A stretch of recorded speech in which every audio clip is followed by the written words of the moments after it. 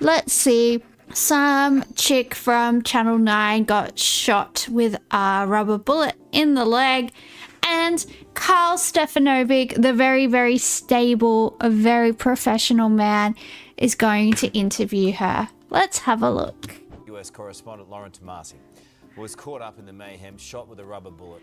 Not Loza. After hours of standing off, this situation has now rapidly deteriorated. The LAPD moving in on horseback, firing rubber bullets at protesters, moving them on through the heart of LA.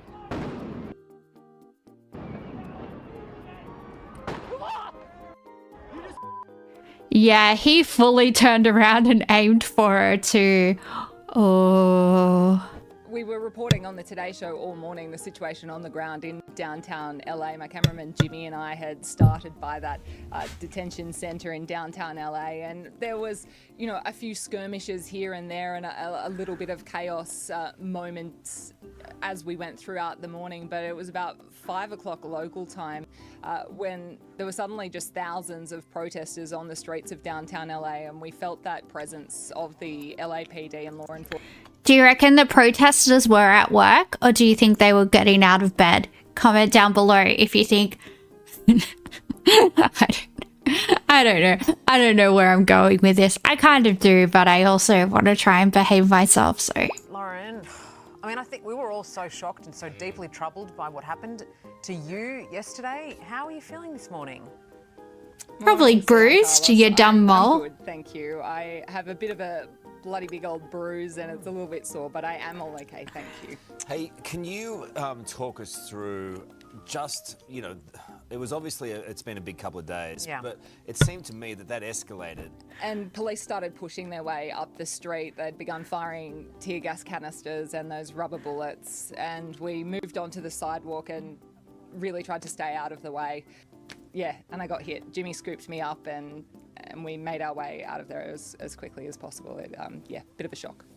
Oh, I mean, yeah, that's he 100% turned around and like, because I was watching the background to see, and he fully shot her on purpose. We know it was tense. I mean, those circumstances that you found yourselves in for that report specifically seemed to be somewhat calmer. You know, it had calmed for a moment. The police were standing still, and that is why we stepped off to... Yeah, that was so bizarre. Literally nothing was happening. He literally turned like 90 degrees to shoot her. Maybe he just doesn't like Australians. Maybe he heard the accent and he was triggered. Maybe like he's really in love with Margot Robbie or something and he heard the Australian accent and he was like, no, I can never have you. Bang. And shot her in the back of the leg. I don't know. American guys seem to like Margot Robbie a lot. That's my theory. I'm going with it.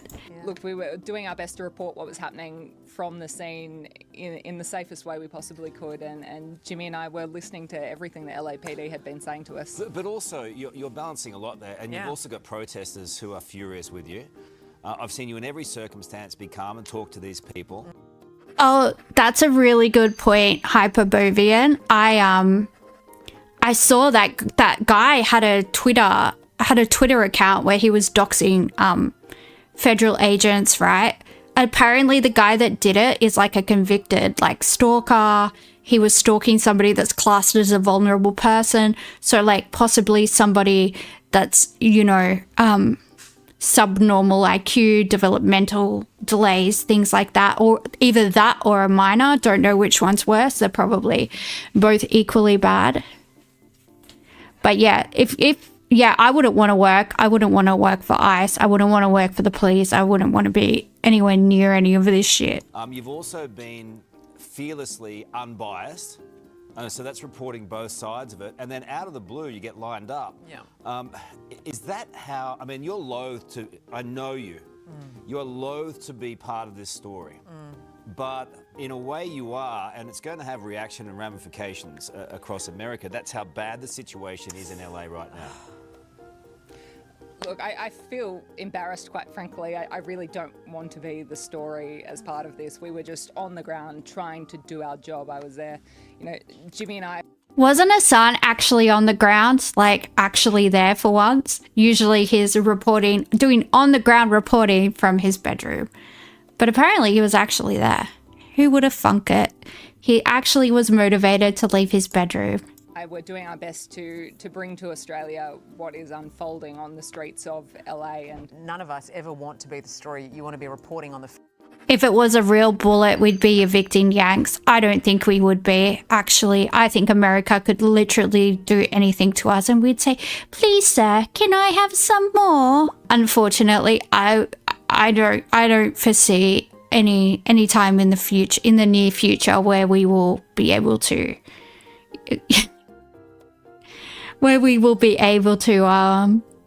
disentangle ourselves from our very, very, very close relationship with the US. Yeah, I think even in terms of like trying to have better relations with China, I think the main thing impeding that is the Americans are really not wanting us to. Tomasi, you might have gathered, is actually an Italian name. And so the Italians have checked in on me, which was a really lovely moment. So. What was he asking if you were single or something? No, you know the Italians, they always see an angle. That's so funny. I bet you her family emigrated in like 1945 and they still see an Italian name. Because when Anthony Albanese became Prime Minister, apparently they were all stoked because he had an Italian surname. What do I think of Trump overall? Overall is a hard question. If you ask specifically, look, I think a large swathe of the American public voted for him. I think America has the right to elect whatever leader they want to. In terms of like what I think, in terms of foreign policy, if he doesn't start any more wars, that's great. Not really fond of him putting tariffs on Australia, considering we are actually America's greatest ally. What's a delicate way to put this? I think a lot of working class Americans weren't being represented very well by the Democratic Party. And if that's a left-wing party, they're the people that, in theory, are supposed to be looking after the working class, and they weren't doing that. So I think that's how Trump was able to be elected. I'm not American, so I don't want to tell the American people what they can do. That's up to them. I do really voice strong opinions on Australian politics because I am Australian. Yeah, in terms of foreign policy, I can only really comment on that. And as far as foreign policy goes, I only care about America not starting any wars and not dragging Australia into any wars. All he had to do was promise some air conditioning manufacturing jobs.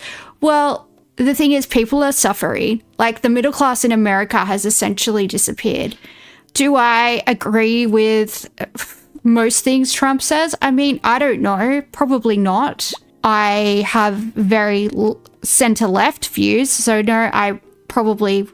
Well, I don't know if I would vote Democrat or Republican in America. I mean, thank God I'm not in America. I'm in Australia, so I can vote for a centre-left party because I believe in like funding education and funding healthcare and things like that. But I've got the flu, mate.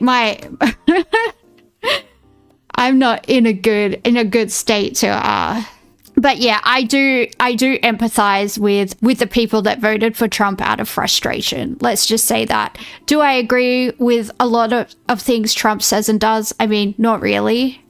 But I'm not American, and it's for the American people to determine their future. It's not for me. I'm not American.